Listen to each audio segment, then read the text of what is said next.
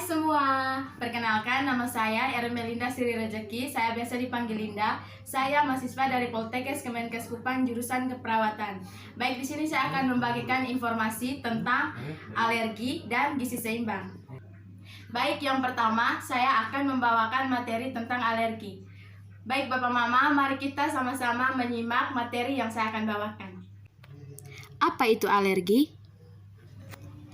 Alergi adalah berbagai macam reaksi terhadap bahan-bahan dan makanan seperti serbuk sari, bulu kucing, debu, atau bahan-bahan lain yang oleh tubuh kita dianggap sebagai benda asing. Apa penyebab dari alergi? Alergi disebabkan oleh sistem kekebalan tubuh yang hipersensitif. Apa sih faktor pemicu dari alergi? Yang pertama, serbuk sari. Kedua, asap rokok. Ketiga, debu. 4. Bulu rambut atau ketombe binatang. 5. Jenis makanan atau minuman tertentu. 6. Kontak dengan udara atau air yang sangat dingin. 7. Obat-obatan. 8. Bahan kimia. Apa saja tanda dan gejala dari alergi? Yang pertama, alergi makanan. Yang pertama, adanya pembengkakan. 2. Biduran. 3. Mual. 4. Rasa lelah berlebihan. 2. Alergi yang berkaitan dengan musim atau cuaca tertentu. Yang pertama, flu atau hidung tersumbat. 2. Mata yang membengkak. 3. Alergi akibat gigitan serangga. 1. Pembengkakan yang luas di sekitar gigitan. 2. Rasa gatal berbentuk biduran. 4. Alergi pada kulit. 1. Biduran. 2. Pembengkakan mata. 3. Sensasi panas seperti terbakar. Bagaimana penanganan alergi pada anak? 2. Hubungi dokter untuk memberitahukan reaksi alergi tersebut. 2. Konsultasikan dengan dokter apakah boleh memberikan obat alergi ringan untuk meredakan reaksi anak. Penanganan lanjut dan pencegahan alergi pada anak. Jauhkan anak dari pemicu alergi termasuk hewan peliharaan. 2. Bersihkan rumah secara rutin, terutama daerah seperti karpet, sofa, tempat tidur, tirai, dan sejenisnya. 3. Usahakan kondisi rumah tetap bersih dari tumpukan debu. 4.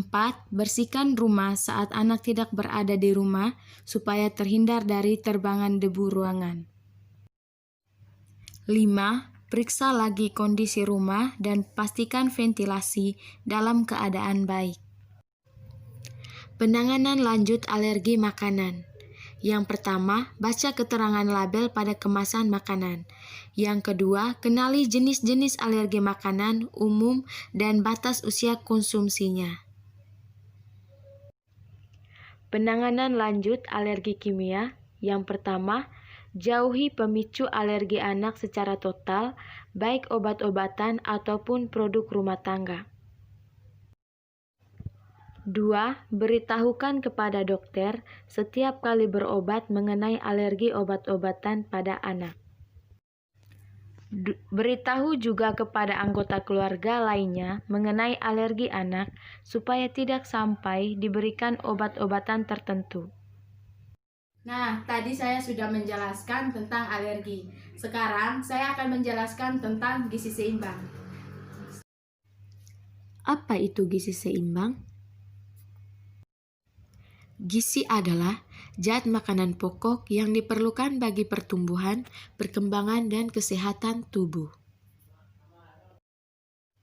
Gizi seimbang adalah susunan pangan sehari-hari yang mengandung zat besi dalam jumlah yang sesuai dengan kebutuhan, dengan memperhatikan sistem keanekaragaman pangan, aktivitas fisik, perilaku hidup bersih untuk mencegah masalah gizi.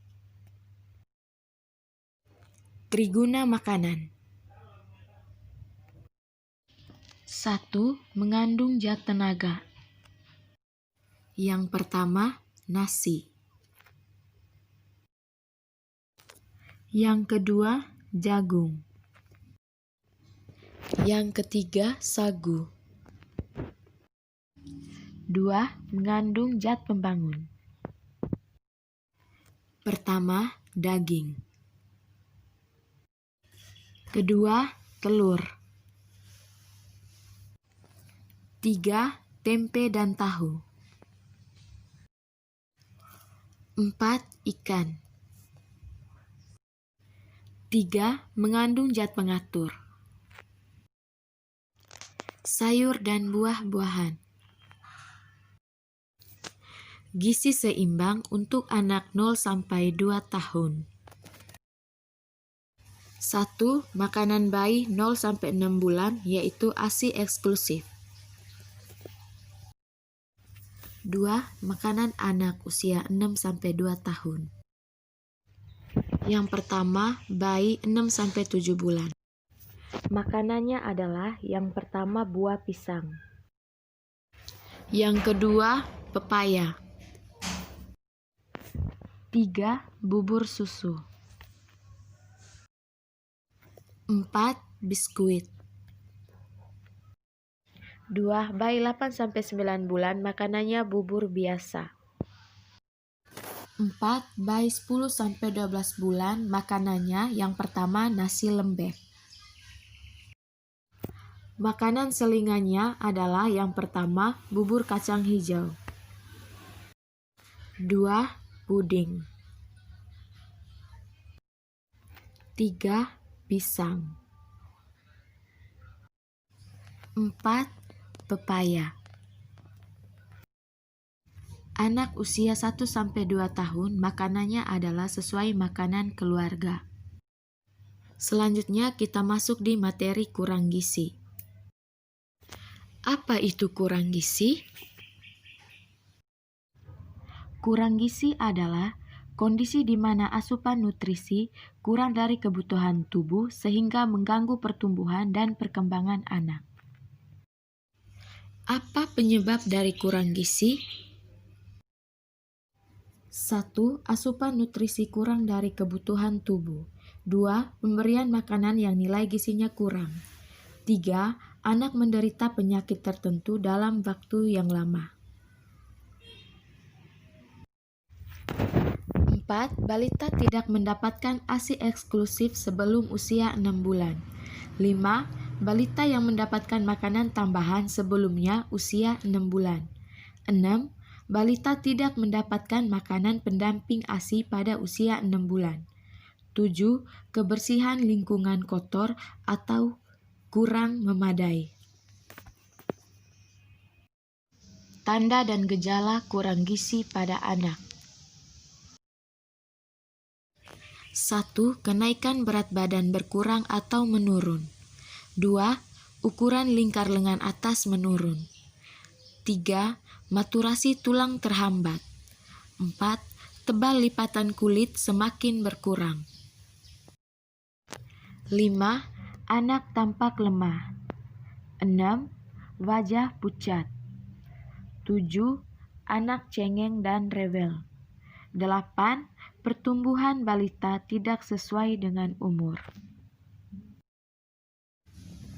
Bagaimana penanganan untuk anak kurang gizi? 1. Pemberian makanan tinggi kalori, tinggi protein dengan ukuran yang telah dianjurkan dan diberikan secara bertahap. 2. Pemberian makanan tambahan atau selingan seperti bubur kacang, buah atau jus, puding, dan buah lainnya. 3. tetap pemberian ASI sesuai dengan aturan secara terus-menerus bagi anak di bawah usia 2 tahun. 4. Kontrol berat badan secara rutin. 5. Berikan obat atau vitamin sesuai anjuran pengobatan. 6. Pemberian gizi seimbang pada anak.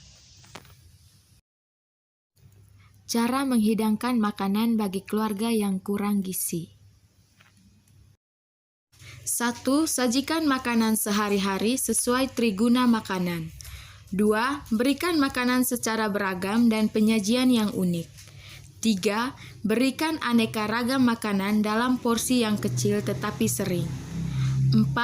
Berikan makanan yang mudah dicerna. Sekian video dari saya tentang alergi dan gizi seimbang. Semoga video ini dapat berguna bagi keluarga Bapak Mama dan bagi masyarakat di sekitar. Sekian dan terima kasih.